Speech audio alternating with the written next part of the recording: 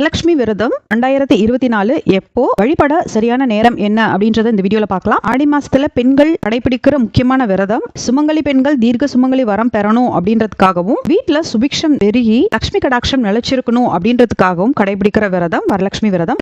August 16ஆம் தேதி தான் வருது.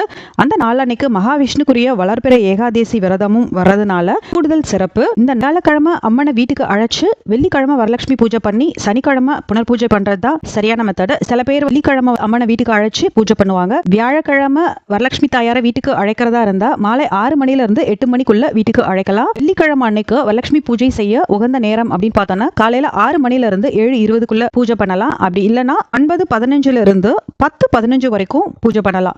இந்த 2 டைம் நீங்க மிஸ் பண்ணா கூட ஈவினிங் 6 மணிக்கு அப்புறம் நம்ம பூஜை பண்ணலாம். புனர் பூஜை செய்ய உகந்த நேரம் அப்படின்னு பார்த்தோம்னா சனிக்கிழமை காலையில 8:45 இருந்து 8:45க்குள்ள பண்ணலாம். அப்படி இல்லைன்னா 10:45 இருந்து 11:45க்குள்ள பண்ணலாம்.